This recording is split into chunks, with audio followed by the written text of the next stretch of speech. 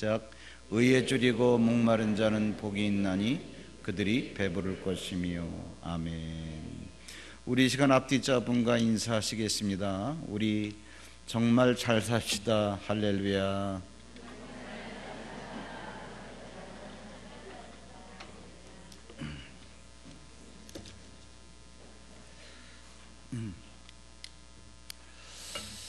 제가 한 달은 구약, 한 달은 신약 하면서 신약 성경을 마태복음으로 하자라고 생각하고 설교를 2018년도에 하기 시작했는데, 팔복은 아마 처음 설교하게 됐을 거예요. 왜? 너무 본문이 짧고 하나씩 쪼개서 하면은 언제나 다 하나, 그 생각 때문에. 근데 사실 저는 팔복이 이렇게 전개될지 몰랐어요. 이 짧은 한 구절 빼놓고 뭐를 하지? 그런데 오늘도 의에 줄이고 목마른 자는 복이 있나니 저희가 배부를 것이며. 주님께서 참 팔복에 대한 책들도 많이 나왔을 거예요. 아마 제가 보진 않았지만. 그런데 이게 팔복이다라고 말씀을 매 주일마다 해주죠. 매 주일마다. 그래서 오늘도 들었던 주의 음성을 가지고 이렇게 같이 설교로 나누는 건데, 정말 여러분들 오늘 말씀으로 실제적인 배가 불러지시길 주의 이름으로 축원합니다. 우리가 사는 세상은요, 겉보기는 아름다운데 너무나 빈곤한 데가 많이 있어요. 물질이 풍요로우면 우리의 영과 혼이 공허하고, 또 영혼이 만족하면 많은 사람들 경우에 육체적, 물질적으로도 너무 빈곤하고, 우리가 사는 이 세상이 눈으로 보기에는 얼마나 화려하고 영광스러운지 몰라요. 예수님을 시험하는데 마귀가 예수님께 다가왔습니다. 그러면서 예수님을 자기에게 절하게 하려고, 내 걸었던 조건이 뭐냐 하면 천하만국의 영광과 권세를 보여주면서, 그러면 전능자로 하여금 자기에게 절을 하게 하려는 조건으로 제시하는데, 보여주는 세상이 시원찮다, 절하겠어요? 그러니까 우리가 사는 세상, 한번 여러분들 강남에 가보세요. 우리가 사는 이 동작구도 사실은 괜찮은데, 왜 바로 옆에 있는 아파트도 꽤 올랐다 그러더라고. 30몇 평인데 12억. 뭐 돈이 미쳤는지 사람이 미쳤는지 모르겠지만 어쨌든 미친 세상입니다. 이렇게 물질이 풍요롭고, 그런데 또 이 강남 가면 또 여기하고 또 수준이 다르고 질이 달라요. 누가 갔다 온 사람이 그러대. 나는 안 갔다 와본 것처럼 말만 들었는데 길거리의 냄새가 다르다나. 그 말이 왜 그런가 그랬더니, 과장이 아니라 사실 길가에 있는 그런 모든 그 매점에서, 가게에서 향수를 뿌려가지고 이것이 거리로 쭉 나오니까, 그래서 야, 뭐가 달라도 다르긴 다르구나, 바로 그러니. 얼마 전에 우리 전도팀하고 식사하다가 한전에 다니신 우리 권사님이 계시길래, 한전 땅 팔렸지요? 평당 얼마에? 그랬더니 4억이 넘었다는 거예요. 그러니까 팔렸다는 건 알았는데 깜짝 놀랐습니다. 명동 땅이 1억이 넘는데 아무리 비싸도 4억이 넘어요? 그랬더니 특별한 조건 때문에 꼭 매입을 해야 돼서 현대 자동차에서 아마 그 12조가 넘는 돈을 지불하고 샀을 거예요. 그 12조가 얼마나 큰지 모르지만 참 좋은 세상이다. 그런데 마귀가 예수님에게 보여주면서 자랑할 만큼, 사실 우리가 사는 이 세상 굉장히 화려합니다. 물질 엄청나게 많아요. 왜? 한 평에 4억이 넘는 돈이니까 그 돈을 지불할 능력이 있어요. 문명이 발달돼가지고 지금은요, 이름 뭐 말할 수 없는 우리가 호조권 속에서 살고 있습니다. 그런데 오늘 이 말씀을 가만히 보면은 재밌는 게 있어요. 이렇게 좋은 세상이 원래 마귀의 것이 아니라는 거예요. 마귀가 예수님에게 보여주면서 뭐라 그러는 거니? 당신이 보는 이렇게 아름다운 그리고 영광스러운 세상은 내게 넘겨준 것으로. 이 얘기는 언젠가 마귀에게 넘어왔다는 것이고 마귀의 것이 아니라는 것. 성경을 자세히 관찰해 보면 창세기 1장 28절에 보면 원래 하나님의 계획은 그게 아니었다는 거예요. 하나님은 사람을 만들어 놓으셨는데 대충 만드신 게 아니라 하나님의 형상과 모양을 따라. 이건 뭐 주제가 아니니까 제가 그냥 가볍게 넘어갑니다만은 여러분 자신의 육체나 여러분 자신의 육체 안에 있는 영혼이 그렇게 뭐 허접한 게 아니에요. 정확하게 말씀드리자면 하나님의 모양대로 만들었다는 얘기는 외모도 하나님의 모양, 프레임을 말하는 거예요. 형상은 그러한 외모 속에 집어넣어진 하나님의 속성, 품성, 이런 걸 얘기하는 거예요. 그러면 자기를 닮은, 즉 내면이나 외모나 다 자기 자신을 닮은 사람을 만들어 놓으셨는데 그러한 사람에게 주신 복이 뭐냐? 생육하고 번성하고 땅에 충만하고 뿐만 아니라 모든 것을 다스리는 권세를 주셨어요. 그러니까 네 몸이 잘 되는 것은 말할 것도 없고 네 자식이 잘 되고 네가 사는 환경 자체를 네가 다스려라. 당연한 게 왜? 내면이나 외모나 하나님을 닮은 사람인데.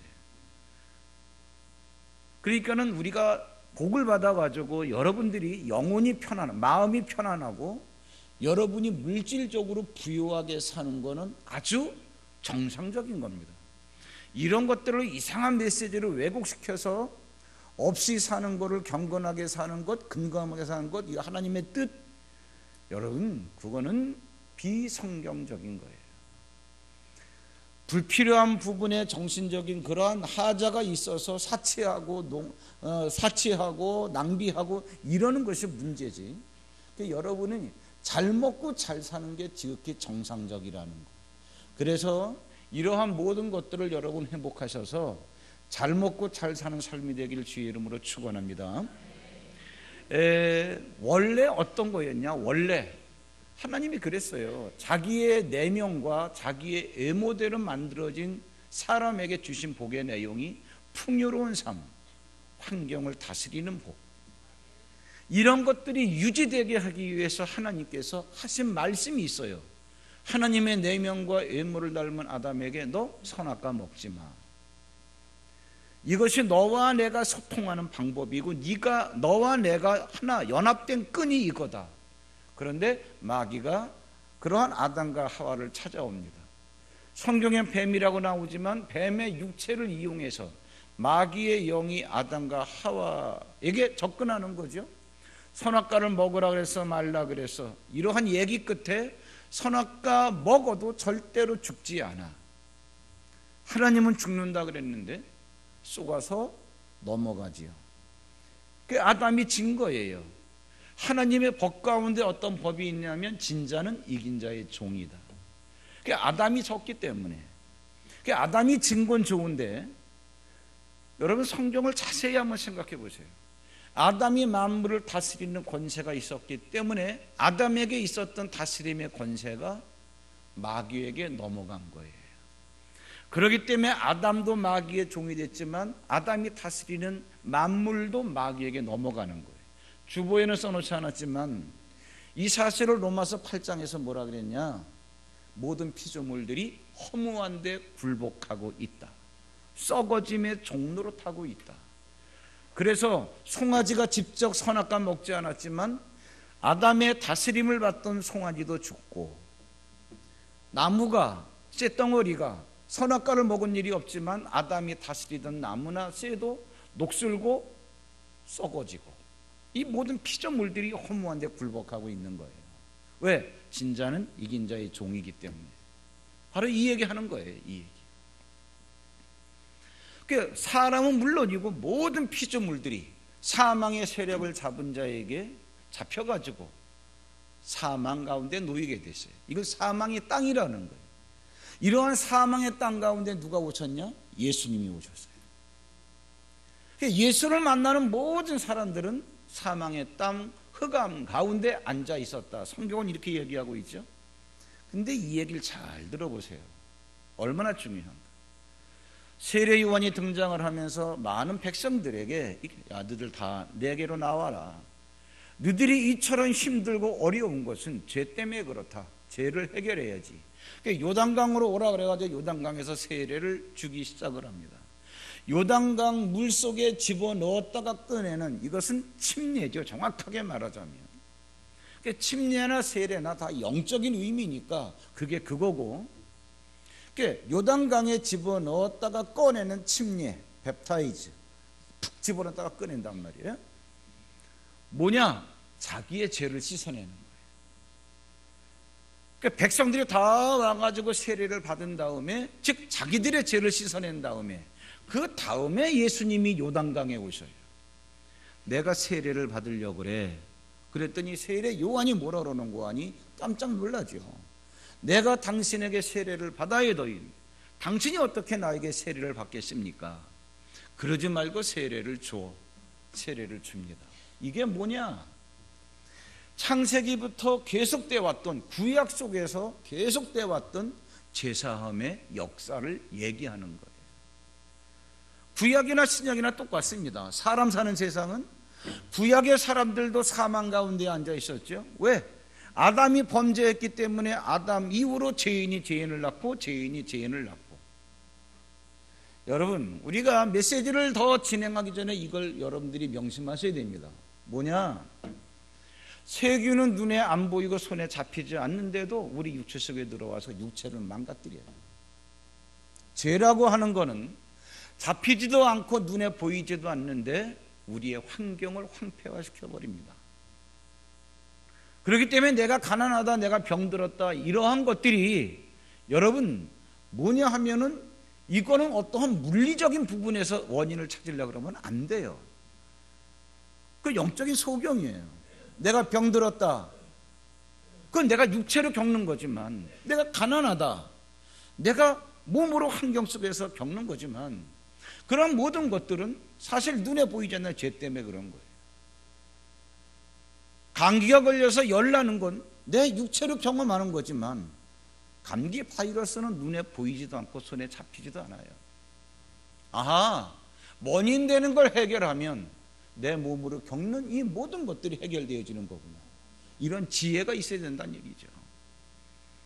구약이나 신약이나 똑같이 죄인인데, 구약에 사람들이 죄를 지으면 내 죄 때문에 하나님과 소통이 안 되니까 인생의 문제가 풀리지 않으니까 어떻게 합니까? 짐승을 끌고 와가지고, 죄 없는 짐승에다가, 왜?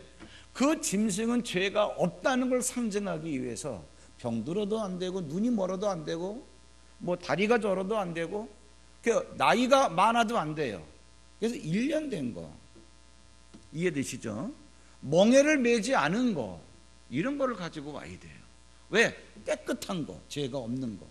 죄가 없는 그 짐승에게 죄인이 죽이기 전에 머리에다가 이렇게 손을 얹고 안수를 합니다. 그 얘기는 뭐냐? 내가 죄를 졌는데 나에게 있는 죄를 내가 너에게 옮길게. 죄를 전가하는 거죠. 그러면 사람에게 있는 죄가 짐승으로 넘어갔기 때문에 짐승을 성막에 끌고 가서 잡아가지고 죽이는 거예요. 그러면 사람에게 있던 죄는 없어졌으니까 사람은 살 수 있고, 그 다음에 짐승은 남의 죄를 뒤집어 썼으니까 남의 죄든 내 죄든 죄가 있는 데서 죄값을 묻는 거니까 짐승은 그래도 죽는 거예요. 이게 구약의 제사함의 역사입니다. 이러한 구약이 끝나고 신약이 딱 열리면서, 신약이 열리자마자 세례 요한이 백성들을 다 끌어모은 거예요. 요단강에다 세례를 준 거예요. 뭐냐? 너희들의 죄를 다 씻어 놓으라. 그랬는데 예수님이 오셨어요. 세례 좀 나오. 그러니까 예수님이 요단강 속에 들어갔다 나올 때는 죄가 녹아있는 물이니까 예수님에게 뭐가 묻어나올까요? 죄가 묻어나오겠죠. 사람이 받는 세례는 제사함의 세례지만, 예수님이 받는 세례는 죄를 뒤집어 쓰는 세례예요. 세례 자체는 잿물로 씻든 깨끗한 물로 씻든 씻는 의식이니까 세례는 똑같은 거고 단어는 똑같아도. 예수님이 나중에 세례 받는다라고 하는 게 굉장히 중요한 거죠. 사람들의 모든 죄가 다 일로 넘어갔구나.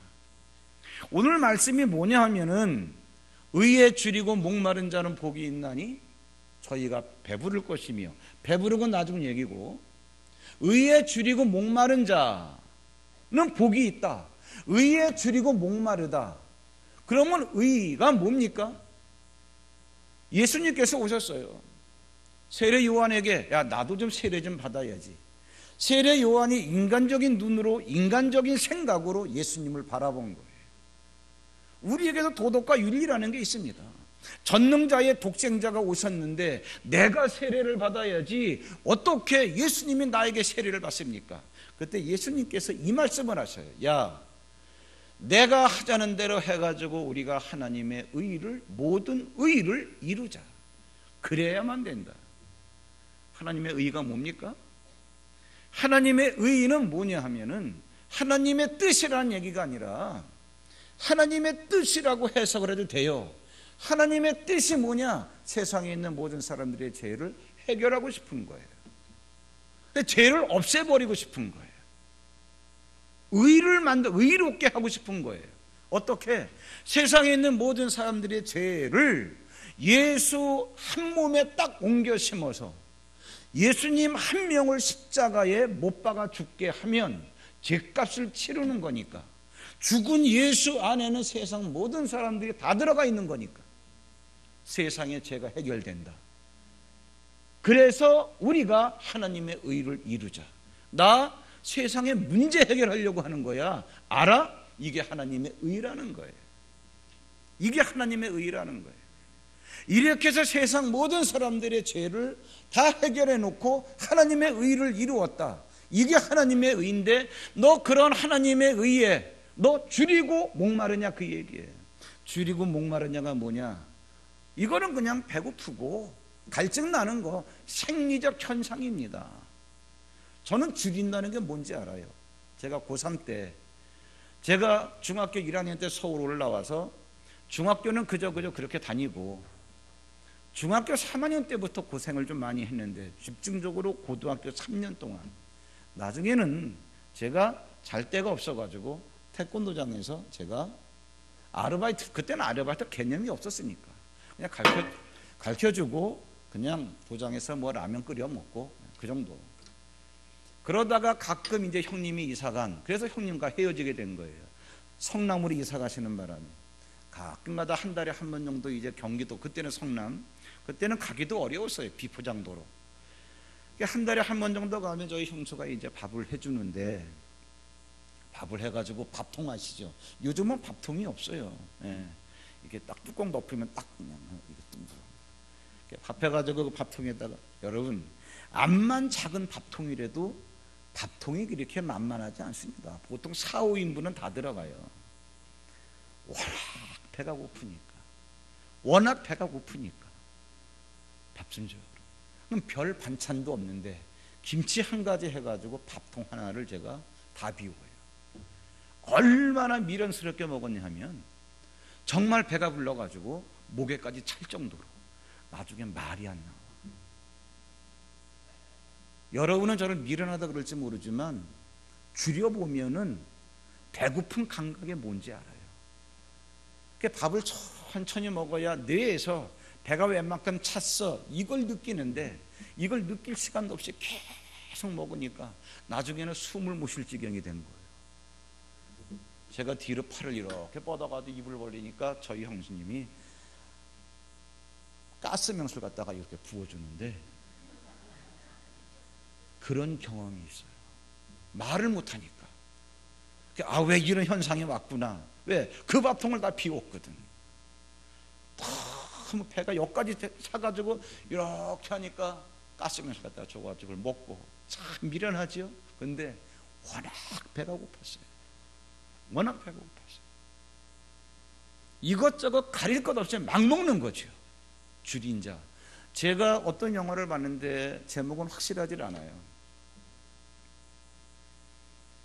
전쟁이 일어났는데 사막에서 총알보다 귀한 게 뭐냐? 물입니다. 그 군용 트럭에 탱크에 물을 싣고 쫙 가서 물을 줘요. 그리고 그 다음 차가 또 옵니다. 이거는 이 부대를 지나서 자기들의 부대가 또 있는데 저쪽 다음 부대에 넘겨줘야 돼요. 물을 마시고 물탱크가 또 오니까 차를 세우는 거예요. 차가 안 쓰죠? 총을 겨누는 거예요. 안 쓰면 죽이겠다. 아군끼리 이 물을 뺏으려고, 안 뺏기려고 아군끼리 전쟁이 나는 거예요. 이게 뭐예요? 갈증입니다. 너희들 정말 의에 줄이고 목말라 봤냐? 그러한 이야기예요. 이게 무슨 얘기냐? 하나님, 내 삶의 환경이 이렇게 망가지는 거는 죄 때문에 그런데 나는 이 죄가 해결되어야만 되겠습니다. 왜? 죄는 마귀가 일하는 통로니까. 정말 나의 죄를 해결해 줄, 그래서 나의 죄를 해결하신 하나님의 의에 대해서 너희가 정말 줄이고 목마르냐? 그러한 이야기예요. 제가 요즘 그 책을 읽느라고 이제 한두 번 제가 말씀을 드렸는데, 미국의 T.L. 오스본 목사님이라고 있습니다. 너무 신앙이 좋죠? 그래서 신앙 공동체에서 만난 여자와 결혼까지 했어요. 얼마나 사랑하는지. 너무나 신앙심이 좋으니까 인도 선교를 떠나기로 했습니다. 젊은 날에 부부가 인도 간 거예요. 가서 하나님의 복음을 외치는데 거기에는 이교도들이 복음을 얼마나 핍박하는지, 그때 이 오스본 목사님 부부가 야, 정말 말로만 하는 복음에는 한계가 있다. 그래가지고 인도 선교에 철저하게 실패한 다음에 미국으로 돌아옵니다. 너무나 실족했죠. 내가 하나님의 뜻을 이루려고 갔는데도 선교 사역이 안 되는 거예요. 낙심해가지고 있는데 어느 날 어느 집회에 참석을 합니다. 설교자가 이렇게 유명하신 분도 아니에요. 유명한 집회도 아니에요. 요한복음 1장 전체를 주제로 해서 그냥 툭툭 말씀을 전하는 거예요. 그날 주제가 뭐냐? 예수 그리스도를 만난 사람은 결코 전과 같을 수가 없습니다. 그 말씀을 마음으로 딱 받은 다음에 집에 와서 나는 뭐지? 그러는데 밤새워서 울면서 기도하다가 새벽 6시에 방문이 열리더니 예수님이 들어오시는 거예요. 근데 그 예수님이 땅에 서 있는 게 아니라 공중에 떠 있는 거예요. 그런 분들의 경험이 있기 때문에 우리 교회에서 예수님의 재림에 대해서 편안하게 설교할 수 있는 거예요. 여러분, 경험하지 않고 말 가지고 재림을 하셨네 안 하셨네 그러는 게 아니에요. 그래서 그분은 가는 데마다 I saw the Jesus, 나는 예수를 봤다, 이런 얘기를 자연스럽게 해요. 이게 그분이 처음으로 경험한 first vision, 제 첫 번째 비전이 그거. 나 진짜 봤다. 뭐? 내 방에 들어오신 예수를 봤다. 그러다가 어느 집회에 참석을 합니다. 집회에 참석했는데 그 집회에 참석한 분이 메시지를 전하고 안수하는데 수많은 병자가 낫는 거예요. 야, 진짜 주님이 살아계시네. 한 사람 속에 있는 예수를 보는 거예요. 집회 인도자 속에 있는 예수를. 이게 그번에 세컨드 비전입니다. 제가 세 번째 썰드 비전을 말씀드리려고 하는 거예요. 그 오스본 목사님이 본 세 번째 비전 뭐냐? 그 집회에 참여한 다음에 그 부부가 약속을 합니다. 여보, 우리 이제는 성경을 읽는데 한 글자도 빼놓지 말고 성경에서 말씀하시는 그대로 우리가 인정합시다. 그대로. 우리의 귀가 너무나 사치했고 우리의 마음이 너무 부요했던 거예요. 여러분, 사실 제대로 우리가 감각을 갖고 읽으면 이거 진짜 이거 이렇게도 읽을 수가 없는 거예요. 이 말씀을 하신 분이 전능자라고 한다면, 전능자의 인격이 내 앞에서 말하면 여러분 제대로 서 있을 수나 있겠어요? 근데 우리는 이러한 전능자가 하시는 말씀을 앞에 놓고 그분이 하시는 말씀 앞에서 장난을 치고 있어요. 절대로 하나님은 예수님을 요단강에서 세례받게 하셔서 하나님의 의를 이루셨는데, 그리고 십자가에 죽게 하심으로 의의 마침표를 찍어서 완성시켜 놓으셨는데, 그랬다라고 하시는 말씀 앞에서 우리는 절대로 굶주린 배가 없어요. 갈증난 목이 없어요. 그랬다 그래도 우리는 그냥 한 귀로 듣고 한 귀로 흘려버려요.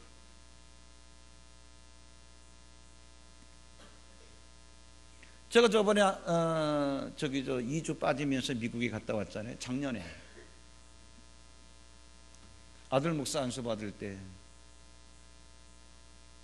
거기서 그때 연회가 열렸었는데, 저야 뭐 거기 연회원이 아니니까. 오늘 연회 끝나고 저녁에 집회가 있습니다.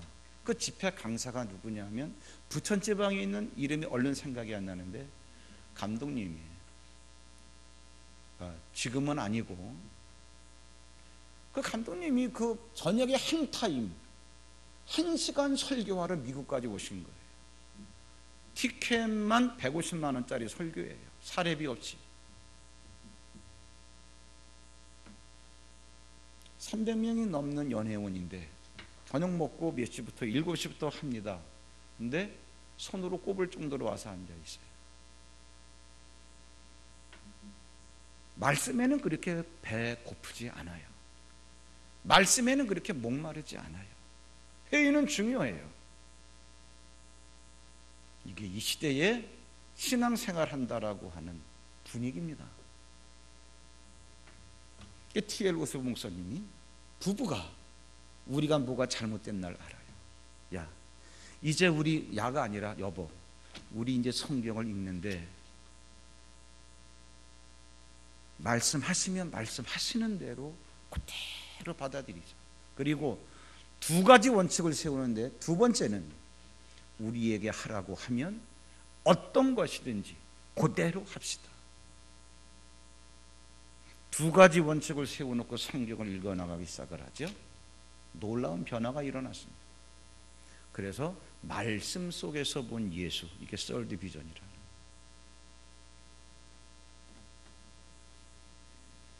병든 자에게 이러한 표적이 따르리니, 믿는 자들에게 이러한 표적이 따르리니 병든 자에게 손을 얹은즉 나으리라. 그럼 우리가 목자 타이틀을 내려놓더라도, 여보, 우리는 믿는 자 아니야? 맞지? 그럼 우리에게 이런 표적 따른다 그랬지. 병든 자가 있어서 손을 얹어야 되겠지. 그러면 어떻게? 낫는다 그랬지.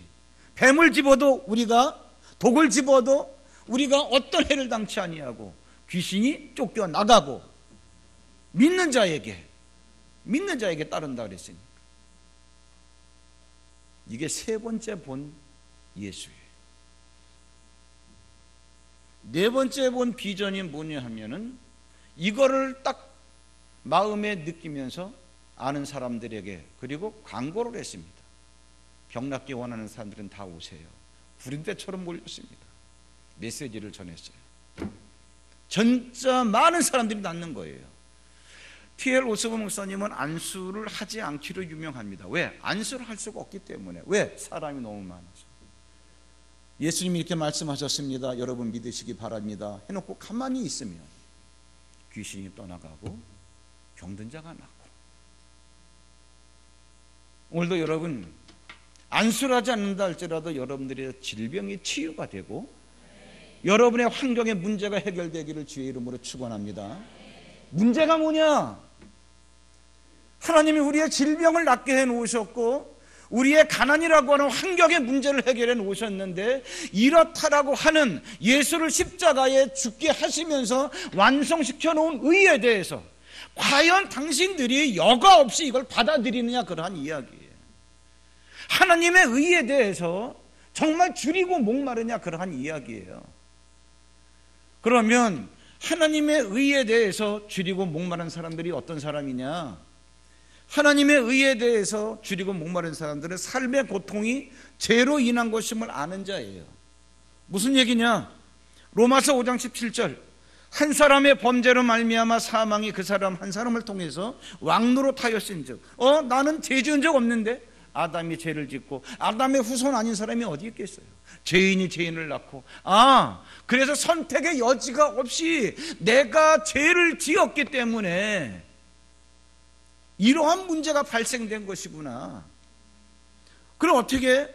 이 세상에 의인이 하나도 없으니까 예수 외에는 죄를 사해 줄 자가 없음을 아는 사람이 의에 줄이고 목마른 자예요. 로마서 5장 7절 8절 의인을 위해서 죽는 자가 있어요. 있기는. 저 정도 의인이라면 별 볼 일 없는 나 같은 인생이 죽어서 저 사람이 살 수만 있다면 이 나라 이 민족을 위해서 저 사람을 살려주지, 내가 죽어서. 이 덕을 본 게 이승만 대통령 아닙니까?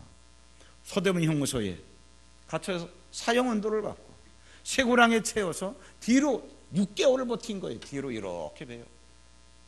산채로 죽이는 거죠.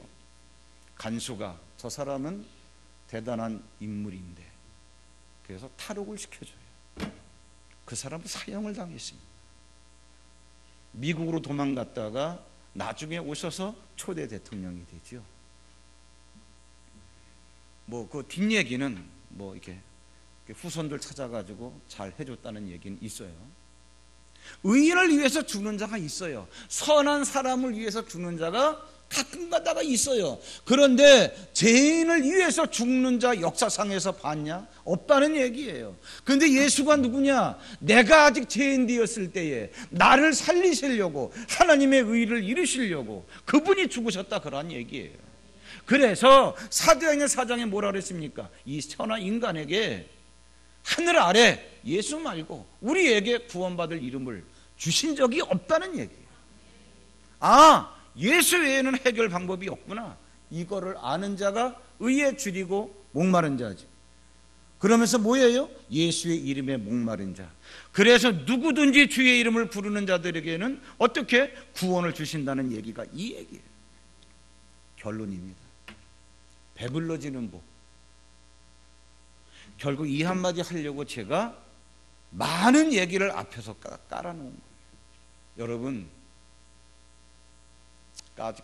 말씀 하나 깨닫는다고 내 문제가 해결되겠어? 그러지 마시고, 아, 내가 이제까지 하나님의 말씀에 대해서 내가 줄여보지 못했구나, 내가 목말라 하지 않았구나.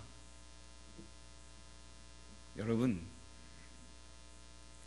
이게 사실인지 모르겠지만 목마른 사슴 시냇물을 찾아 헤매이듯이 그 찬양의 배경이 된 게 뭐냐면, 이스라엘에 가면은 워낙 풀이 귀하니까, 그 물이 귀하니까, 사막지대니까 가끔가다 이렇게 산에 가면 옹달샘들이 있는데 그 주변에 죽어있는 사슴이 있다는 거예요. 왜 그럴까? 너무나 목이 마르니까, 물 냄새는 잘 맡으니까, 아, 저쪽으로 가면 물이 있겠다, 그래가지고 냄새를 맡고 달려가는 거예요. 평지가 아닙니다. 비탈길이에요. 그런데 워낙 목이 마르니까, 워낙 물을 마시고 싶으니까 전력질주하는 거예요. 그러다가 옹달샘에 가서는 정작 물을 마시기 전에 너무 물을 사모해서, 너무 물을 마시고 싶어서 전력질주해서 여기가 타가지고 죽는다는 거예요. 이게 목마른 사슴 시냇물을 뭐라 그러지? 갈망하듯이 찾아 헤매이듯이, 그 얘기예요. 여러분, 오늘 그런 마음으로 오늘 결론의 말씀을 들어보세요. 읽고 제가 설명을 해드리겠습니다. 역대하 36장 19절로 21절 같이 한번 읽어볼까요? 시작. 또 하나님의 전을 불사르며 예루살렘 성벽을 헐며 그들의 모든 궁실을 불사르며 그들의 모든 귀한 그릇들을 부수고 칼에서 살아남은 자를 그가 바벨론으로 사로잡아가며 무리가 거기서 갈대아 왕과 그의 자손의 노예가 되어 바사국이 통치할 때까지 이르니라. 이에 토지가 황폐하여 땅이 안식년을 누린 같이 안식하여 70년을 지냈으니, 이제 저를 보시면 됩니다. 이스라엘 백성들이 믿음이 다 빠져버리니까 하나님께서 믿음이 없는 사람들에게, 너들이 믿음이 없이 하나님을 멀리한 대가를 받는데 바벨론의 포로로 끌려간다. 70년. 여러분, 도둑놈을 잡아가지고 도둑질했으니까 형무소가 얼마요? 그냥 가봐, 나중에 알려줄게. 이런 재판 없습니다. 1년 아니면 2년 아니면 3년. 그 얘기 무슨 얘기냐 하면은 그것이 치루어지면 너는 해방이다, 석방이다. 그러면 거기서 1년, 2년, 3년 있는 기간은 죄값이라는 거예요. 죄값. 이스라엘 백성들을 그냥 보내신 게 아니라 끌려가기 전에 70년 못 박아서 들여보냈어요. 70년이 차면 돌아온다는 거예요. 그런데 이스라엘에는 안식년이라고 하는 제도가 있습니다. 사람에게도 있지만 땅에도 있어요. 땅을 6년 동안 농사를 지어 먹었으면 7년째 되는 한 해는 쉬게 하라, 그 얘기예요. 그래서 사실 그거 가만히 알고 보면 땅이 무슨 생명이 있어요? 뭐가 있어요? 그게 아니고 사실은 땅을 경작하는 사람에게 복을 주시려고. 왜 그러냐? 7년 동안 농사를 지어 먹으면 영양분이 다 빠져버리니까 1년 동안 쉬게 하는 동안에 짐승들이, 돼지가, 소가 왔다 갔다, 개가 왔다, 닭이 왔다 갔다 하면서 먹고 그 다음에 배설을 하고 모든 배설물이 거기에 거름이 되는 거예요. 나뭇잎이 떨어지면 치우지 말고 다 썩어서 퇴비가 되는 거예요. 그런 것들이 이제는 자양분이 돼가지고 다음에 농사 질 때 그 땅은 엄청난 풍요를 이뤄내게 돼 있습니다. 자, 왜 성경에서 땅에 대해서 이렇게 얘기했을까? 이스라엘 백성들이 바벨론에 끌려가지고 70년 만에 돌아올 때 이 말씀하신 건데, 70년 그러면 죄의 값을 치르는 기간이에요. 너희들이 죄의 대가를 치르고 돌아올 때, 너희들이 죄의 값을 치르는 동안에 너희들이 있던 땅은 다 끌려갔으니까 어떻게? 땅이 안식년을 누렸다는 거예요. 그럼 여러분, 70년 동안에 이 땅은 몇 번의 안식년을 누렸겠습니까? 7년 만에 한 번씩에 10번이 아니고 70번. 왜? 한 번도 갈아먹은 적이 없으니까. 매년 쉬니까. 잘 들으세요. 여러분이 눈은 딱 뜨고 이걸 보세요. 역대하 36장. 왜 역대하 마지막 장 마지막 부분에 이거를 써놨을까? 이게 무슨 얘기냐? 바벨론에서 70년이라고 하는 죄의 대가를 치르고 돌아오는 너희들에게 주인을 맞이하는 땅이 내놓는 건 뭐냐? 그러한 얘기야. 안식년을 70번 했으니까 70번 동안 안식을 누린 땅이 토해놓는 풍요는 상상을 초월하는 거예요. 이해되세요? 하나님이 마지막에 이러한 도전을 하세요. 이게 내가 이루어 놓은 의인데, 내가 이루어 놓은 이러한 의에 대해서 너희들 가감첨삭하지 말고 그대로 받아 먹을 수 있는 주림이 있어? 고픈 배가 있냐? 그 얘기예요. 따지지 말고 이걸 그대로 받아 마실 수 있는 갈증이 있냐, 목마름이 있냐, 그러한 얘기예요. 근데 이 말씀이 믿어지지도 않고, 왜? 사실은 믿어지지 않는 게 아니라 배가 불러서 그래요. 깨달아지지도 않고 사실은 그게 아니라 목이 마르지 않아서 그래요. 하나님, 나를 살릴 수 있는 분은 하나님밖에 없습니다. 내가 살 길은 말씀밖에 없습니다. 성경 말씀은 머리로 깨닫는 게 아니에요. 그냥 그 말씀 읽어놓고 앉아 있으면 깨달아지게 해주시고 떠오르게 해주시고, 의에 줄이고 목마른 자는 복이 있나니, 요 한 줄 말씀 갖고 제가 여러분 어떻게 설교를 하겠습니까? 이거 어느 책에 있는 것도 아니에요. 나는 팔복이 이렇게 전개될지 몰랐어요. 한 절 읽어놓고 앉아 있으면, 야, 그거 이 말이야. 시간 관계상 제가 이 정도로 줄이지만 얼마나 풍요로운지. 내가 역대하 36장의 얘기를 왜 한지를 알아? 너희들은 예수 그리스도로 말미암아 죄값이 치러졌잖아. 바벨론에 끌려간 사람들은 70년 동안 노예 생활에서 죄값을 치렀는데, 그들을 맞이하는 이스라엘의 땅은 상상을 초월하는 풍요를 뱉어놓는데, 그러면 그들이 몸으로 대가를 치렀건, 예수가 너희들을 위해서 대가를 치러주셨건, 대가 치른 건 똑같은데, 대가 치르신 예수를 믿는 너희들을 기다리는 환경이 너희들에게 내놓을 게 뭐냐? 그러한 이야기예요. 네가 이것에 대해서 네가 줄이고 목마른 사람으로 이걸 받아들인다면, 이렇게 이러한 의에 대해서 목마르고 줄인 사람이 움직이는 환경은 상상을 초월하는 풍요를 내놓겠죠. 마지막에 여러분 고린도서 8장 9절에 보세요. 예수님으로 말미암아 죄의 대가가 치러준 우리에게 주시는 약속의 말씀이 뭔가? 같이 한번 읽어볼까요? 시작. 우리 주 예수 그리스도의 은혜를 너희가 알거니와 부요하신 이로써 너희를 위하여 가난하게 되심은 그의 가난함으로 말미암아 너희를 부유하게 하려 하심이라. 마케도니아 지방의 교회를 개척한 바울이 예루살렘에 흉년이 들었다 그러니까 내 동포 어떻게 부조 좀 해야 되지 않겠나? 자기가 개척한 교회들에게 야 헌금 좀 해라.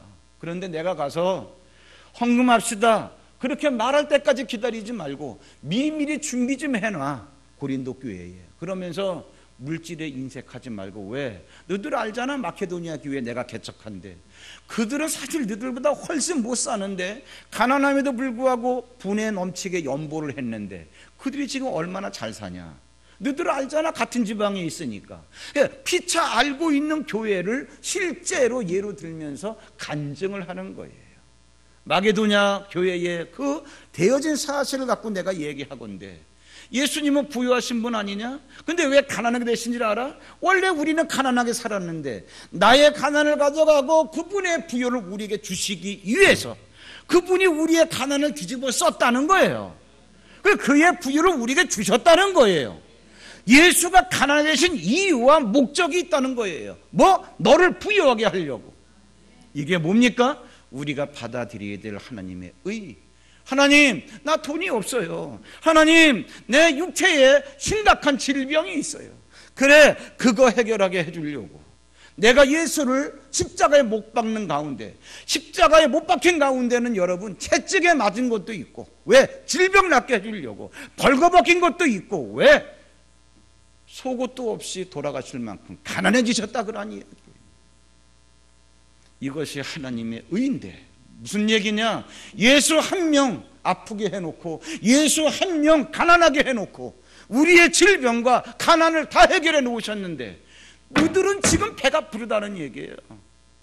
뭐냐? 채찍에 맞으므로 나으심을 얻었나니 아멘 해놓고 어떻게 해야 또 고침받지? 이거 죽는 거 아니야 이거? 부유하신 이가 가난되신 이는 가난한 너희를 부유하게 하심이라 아멘 해놓고 아유 팔자도 연명 같아. 아유 가난을 대물림했고 뭐 어쩌고 저쩌고. 이것들이 지금 성도들이 이러한 상황에서 좀 방황하는 거. 예수님께서 의에 줄이고 목마른 자는 복이 있나니 너희가 배부를 것이며 네가 하나님의 의를 줄인 배로 먹어치우고 목마른 갈증난 목으로 그냥 마셔버리면 너희를 기다리는 환경은 너희에게 엄청난 부여를 엄청난 풍요를 토해놓을 거다 그러니. 여러분 제가 안수하지 않는다 할지라도 이 말씀을 있는 그대로 빨아들여서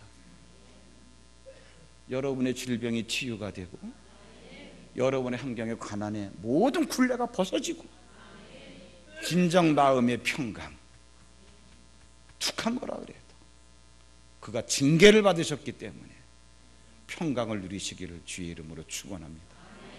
우리 이 시간 목마른 사슴 시냇물을 찾아 헤매이듯이 정말 기도하는 마음으로